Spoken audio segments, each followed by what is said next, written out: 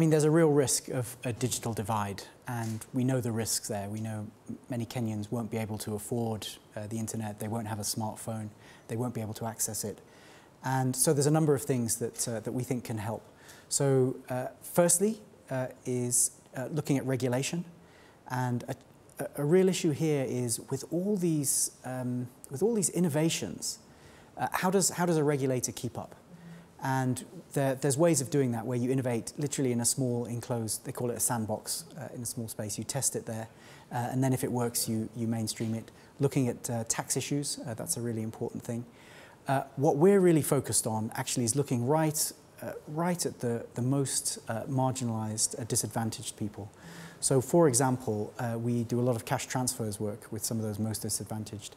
And in times of drought or times of flood, or we had the locust last year, what you can do is you can simply provide a cash transfer. And why it's so exciting digitally is because that's how you deliver it. So it's through M-Pesa, you use biometrics to make sure the money is going to the right person. And that helps people survive in some cases, improve their lives, but also if there's any extra, it enables them to invest so they can pull themselves up. So this is ways from people who are at the bottom, as it were, the most disadvantaged people. They can benefit through a digital platform, but you're also then looking at the most advantaged, as it were, and even firms now. So when His Excellency President Kenyatta visited the UK in summer, he did a session at Mansion House in the heart of the City of London, and what came out of that was the launch of the Nairobi International Finance Centre, and Kenyan and UK fintech firms linking together. And they don't just link together, they actually learn from each other, and they're thinking about how they work in each other's markets, how they raise funding, etc. So these are just a different set of ways that you look at how you get the most advanced end of the economy going, but also you make sure there's not a digital divide and you help the most disadvantaged people.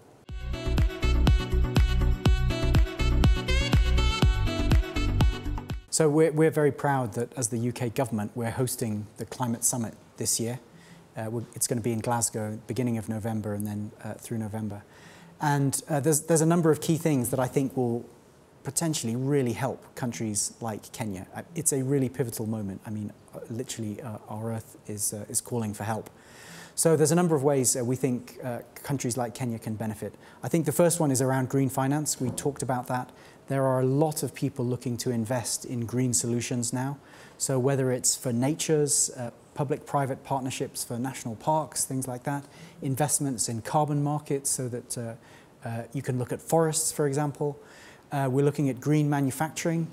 So we think that, frankly, in coming weeks and months, you'll start to see electric bodabodas around cities like Nairobi and others in Kenya. Very, very cost effective, perhaps 30% less cost, and of course completely green, can be solar powered. So really truly innovative green manufacturing to complement the green finance. And then green, just literally investing in nature. We know nature needs help, and thinking of ways, whether it's through conservancy models, whether it's through carbon markets, there's a whole sort of set of ways that you can invest in nature. So these are all kinds of examples that we're looking at. We're working with partners in Kenya, in the public sector, in the private sector.